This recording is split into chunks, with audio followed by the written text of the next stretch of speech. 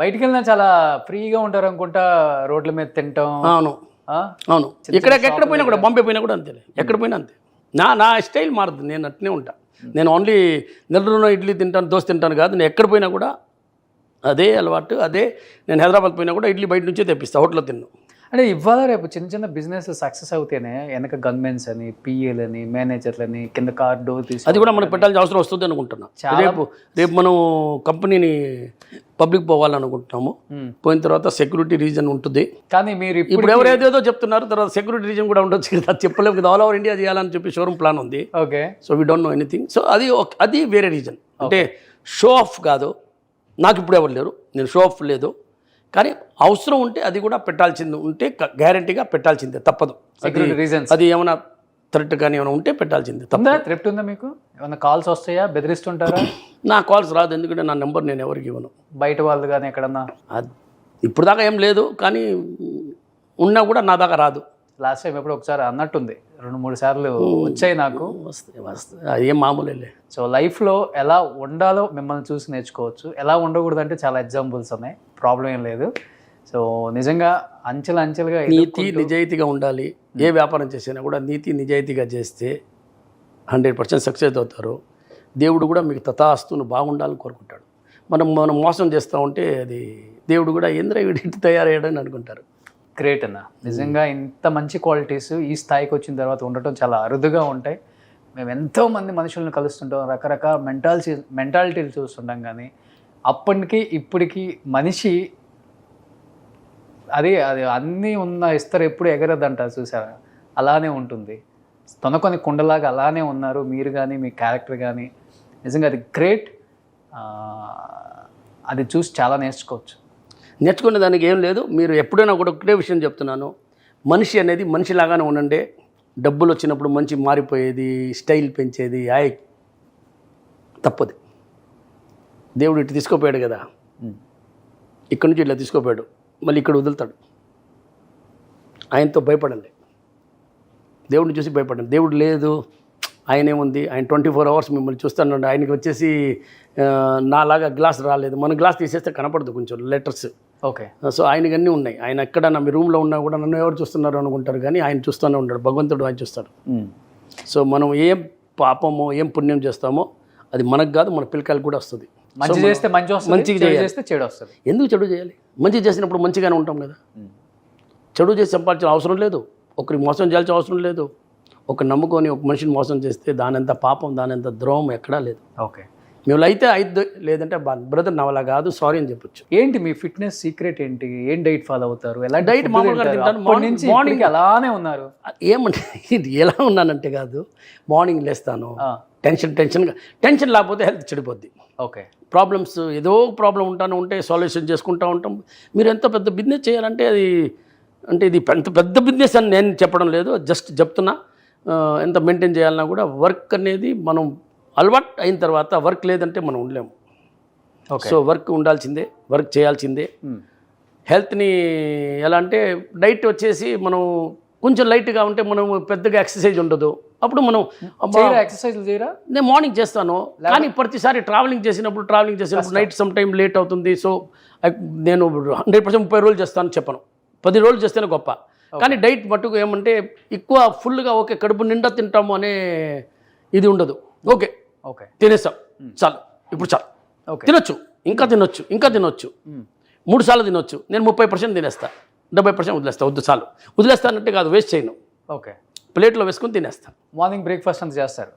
Breakfast స్ట్రాంగ్గా చేస్తాను, ఎందుకంటే నేను లంచ్కి పోను. ఒకసారి ఆఫీస్కి వచ్చిన తర్వాత ఇంటికి పోను. తర్వాత ఈవినింగ్ 8 o'clock 9 o'clock ఎప్పుడు 7 o'clock పనిని బట్టి ఎప్పుడైతే అప్పుడు నేరుగా ఇంటికి వెళ్ళిపోతాను. జిమ్ చేస్తారా? జిమ్ ఉంది కానీ చేయను. నాకు ఒకసారి షోల్డర్ పెయిన్ వచ్చింది, దాని తర్వాత అంటే లైట్ జస్ట్ ఫిట్నెస్ ఉండాలి. నేనే బాడీ బిల్డింగ్ పోయి ఇక్కడ ఇంకా నేను పోయి ఇక్కడ వీళ్ళు ఎందుకు చేసేది ఏం లేదు, కానీ ఏం ఫిట్గా ఉండాలి అది లైట్గా చేస్తాను. ఉంటారు, అది మెయింటైన్ చేస్తున్నారు, అర్థమైపోతుంది. బాడీ చేయకుండా మళ్ళీ నా యాక్టర్ నేనే కదా, నా లలిత జుడి బ్రాండ్ అంబాసిడర్ మళ్ళీ చేయాలి కదా. ఈ బ్రాండ్ అవును, ఈ జాబ్ వెళ్ళిపోతే మళ్ళీ ఎలా? సో ఉండే జాబ్ని కాపాడాలంటే ఫిట్గా ఉండాల్సింది. దానికి కూడా పెద్ద టైం ఏం పెట్టరు అనుకుంటా, యాడ్ బాగా అలవాటు అయిపోయింది కదా. అవును, టక్క టక్క టక్క అన్ని మాది గ్రీన్ మ్యాటే మ్యాక్సిమం. వచ్చామా, చెప్పామా, మాట్లాడామా, పోయినామా. నాకు యాడ్లు అంటే చాలా ఇష్టం. ఎందుకంటే షూటింగ్ అయినప్పుడు వచ్చేసి మాకు మిల్స్ అంటే మాట అది సినిమా క్యాంటీన్ నుంచి ఫుడ్ వస్తుంది అన్నమాట.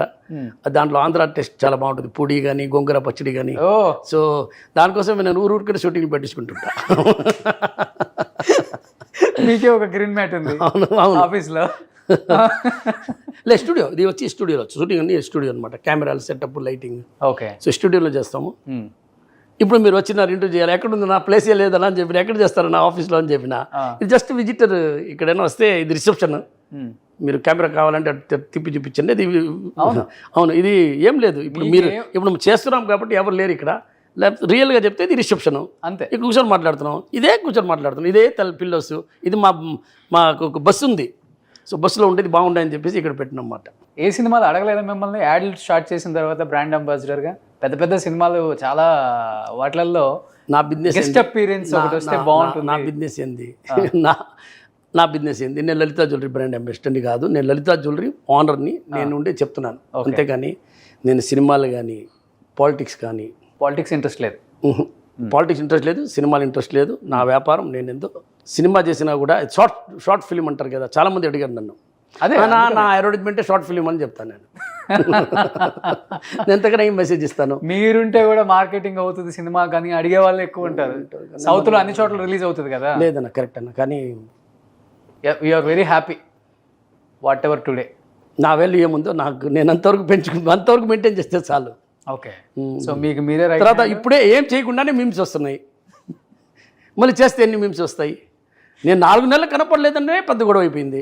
కనపడలేదు, ఎక్కడికి వెళ్ళిపోయాడు, ఎక్కడ పోతాను నేను ఈరోజు ఇండియాలో ఒక విషయం చెప్తున్నాను. బ్యాంక్ లోన్లు ఎన్ని షోరూమ్లు పెట్టుకొని తక్కువ లోన్ ఉండేది లలితా జ్యువెలరీ ఒకటే. నేను అప్పు తీసుకొని వ్యాపారం చేయను. నేను 2017 లేకపోతే 18 నాకు సరిగ్గా గుర్తులేదు, అప్పుడు లోన్ తీసుకున్నాము. మధ్యలో ఇప్పుడు ఒక రీసెంట్గా ఒక 150 కోట్లు తీసుకున్నాము, అంతే. ఇన్ని షోరూమ్లు ఓపెన్ చేసింది లలితా జ్యువెలరీ ఓన్ బేస్లోనే. సో నేను ఎక్కడికి పోను, ఎవరైనా చెప్పినా కూడా అది ఎందుకు అట్లా చెప్పారో నేను నిజంగా నాకు తెలీదు. వాళ్ళకి ఎప్పుడు నేను మనసు కష్టపెట్టుంటానో, లేకపోతే నేను చాలా ఫీల్ అయినా. అర్థమవుతుంది ఎందుకు అలా చెప్పాలి, ఏముంది అని. పోనీ నన్ను మీరు కొంచెం అట్లీస్ట్ ఒక ఎంక్వైరీ అయినా చేయాలి కదా. ఏదో వచ్చినట్టు మీ ఛానల్ మీరు వేసుకోవచ్చు, మిమ్మల్ని మీరు చెప్తే నమ్ముతారు. సో ప్లీజ్, నా కోసం కాదు, ఎవరినైనా అలా హామ్ చేయొద్దు. ఎందుకంటే మీకు దీనివల్ల ఏమొచ్చింది? ఆనందం. ఏం ఆనందమో తెలీదు. ఆయన ఉన్నాడు, ఆయనతో భయపడాలి. పైన ఒక దేవుడు ఉన్నాడు. నేను ఇప్పుడు ఎంతసేపు మీతో మాట్లాడాను, నేను చాలాసార్లు ఆలోచిస్తున్నాను. మన నోట్లో నుంచి ఏమైనా తప్పుగా మాట వచ్చిందా? రాకూడదు. ఒకరి మనసు కష్టపెట్టకూడదు. ఎవరైనా కూడా ఒక మనిషిని కష్టపెడితే దేవుడు కూడా మీకు క్షమించడు. 200% చాలా జెన్యూన్గా ఉంటారు. నెక్స్ట్ మనం ఫ్యాక్టరీలో చేద్దాము, డెఫినెట్లీ చేద్దాము. ఇక్కడ నుంచి ట్రావెల్ చేసుకుంటూ పోదాం. మీకు ఫ్యాక్టరీ కూడా మీకు చాలా హౌ టు మేక్ జ్యువెలరీ ఎలా చేస్తారు, జ్యువెలరీ ఎలా తయారవుతుంది, దాన్ని మీరు ముందుగానే బాగా ప్లాన్ చేసి దాన్ని చేస్తే ఒక 3-4 ఎపిసోడ్గా లేదా 5 ఎపిసోడ్గా చేస్తే ఒక్క రకంగా వాళ్ళకి జనాలకి అర్థం అవ్వాలా. జ్యువెలరీ మ్యానుఫ్యాక్చరింగ్ అంటే అంత ఈజీ కాదు, కానీ అంత కష్టం కాదు. సో ఈ 2 విషయం తెలియాలి. సూపర్. Anyhow thank you. ఇంత బిజీ షెడ్యూల్లో థ్యాంక్ యూ సార్, టైం ఇచ్చినందుకు చాలా థ్యాంక్స్ కిరణ్ కుమార్ గారు. నేను విషయం చెప్పేదా, నీకెవరు వద్దని చెప్పలేరు, అదే problem. Okay brother, thank you so much. Thank you.